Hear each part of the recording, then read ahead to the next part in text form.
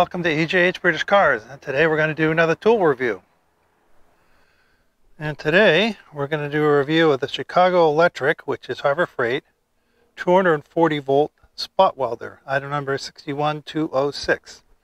So this came in the box. It does not have a plug when you buy it, which is pretty normal for a higher voltage device because you have to put the kind of plug that you find appropriate. And for this one, we're going to use this plug, which is the same as my welder, so my extension cords work and all that. Also, when I got it, it says to check the alignment on these 2 points, and they are off a little bit, so they're better. That's not that big a deal. You got to loosen up a few screws, and then these rotate and move. So it's supposed to be able to weld up to 3/16.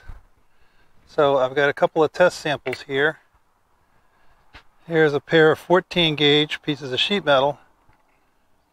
And here's a pair of 1/8 inch plates. And it's not supposed to do more than 3/16. And I'm assuming that's a combined thickness. So this is a little heavy. So I'm kind of curious to see how it will do on this. So let's get it plugged in and take a look. So also I wanted to mention, I looked at the 110 volt welder and also at the 240. And externally, other than the labels, I don't see any difference. Whether it's like an electric motor where you can kind of wire it either way, I don't know. They're both exactly the same price. And as I had 240 volt power supplies, I thought this would be what I do. And also, the 120 is rated for 1/8, and this one's for 3/16. So I've prepped these two pieces. I've cleaned the surfaces so they're nice and clean. And we just put them in here. Clamp it in. And then you just hold the button for as long as you think is appropriate. And this is a pretty long one. That's getting pretty warm. And I think I'll get a pair of gloves. Alright, so a nice pair of Harbor Freight welding gloves, which I bought years ago. They've held up really well. And it did bond them together, so we'll let that cool off. And we're going to mechanically test those a bit later.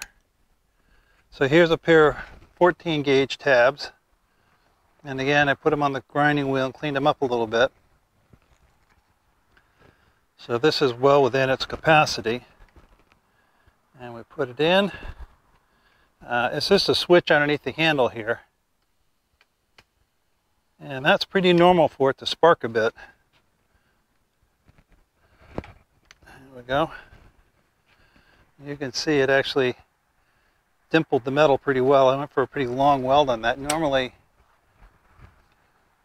you only do for a second or so. Not so much of a dimple on this one, but still some.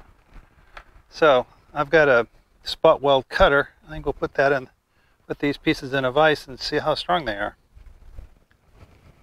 So on this, the back tab is a 1/2 inch longer than the front tab, so the vise is only on the bottom of the lower tab, so the vise is not holding it together. There's the cutter again.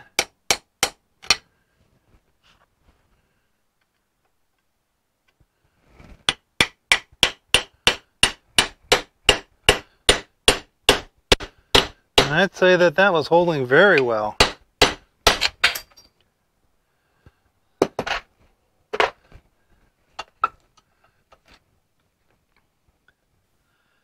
You can see there that that chisel actually cut that weld. So I'd say that was very good. And don't forget that chisel is supposed to make it really easy to cut spot welds apart. And that's a 20-ounce hammer. So, all right, so I cleaned it up a bit. Welded it again, probably 6 or 7 seconds this time. And this time, I actually saw the center get red hot. And I got a couple of little sparks coming out from the center.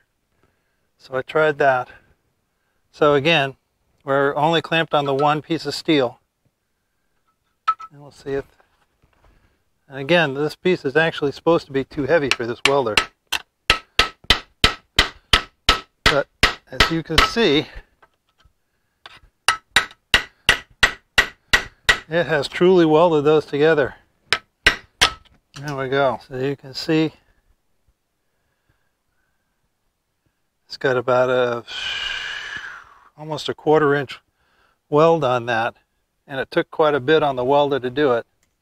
Or, you know, it took quite a bit of the hammer to get it to break apart. And again, that's a 20-ounce hammer, and it's rock solid in the vise. There, you can see that weld there. So all things considered, I'd say that that was very good. And this is a piece of 18 gauge, and I've already hit this half a dozen times or more. And you can hear it's just bent in the middle. It's not cutting at all. What I did with this, I gave it a bit longer. You can see that the weld is bigger. I probably did about 4 or 5 seconds on that, and that is really well bonded. With all that, and it's not even a third of the way through the weld maybe. I should note too that the metal has to be super clean. So I mean, I've been using the grinding wheel on it. I tried using the wire brush on this, and the first time it wouldn't weld at all. And it's just that the wire wheel's got a little bit of oil on it, which contaminated the surface, so I cleaned it up again, and then you saw how that welded. Once it starts to weld, it'll weld well, and I suppose that small amounts of detritus in there will burn off eventually. So there, now I've broken out, and you see that? It actually tore a hole. It tore the metal out, so the original sheet metal gave up before the weld did. So, very happy with that. So I think that was a pretty good weld. I will say this thing is really pretty heavy. I'd say that's at least 10 pounds. So there's got to be a lot of wire and stuff in there. They're supposed to be.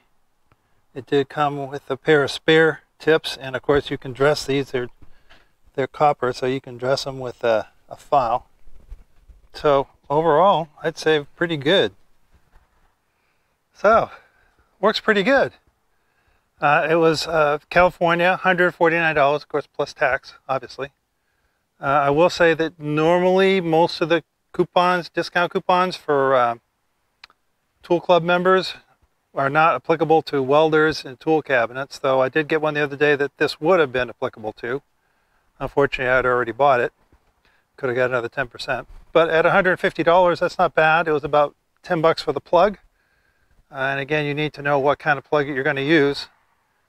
And I bought an extension cord for it too, which was about $50 for a 40-foot cord.